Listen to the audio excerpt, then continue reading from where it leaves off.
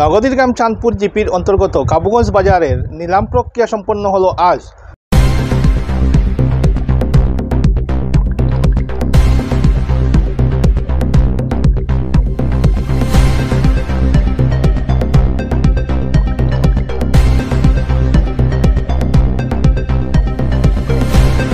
সোমবার অর্থাৎ আজ বেলা 12 ঘটিকার সময় নগদীরগ্রাম চাঁদপুর জিপির কার্যালয়ে নবনির্বাচিত জিপির সভানেত্রী আয়েশা বেগম বড়বইয়ার উপস্থিতিতে কাবুগঞ্জ বাজারের নিলাম প্রক্রিয়া আরম্ভ হলে বাজারের 3টি ভাগে মোট 30টি টেন্ডার জমা পড়ে বাক্সে।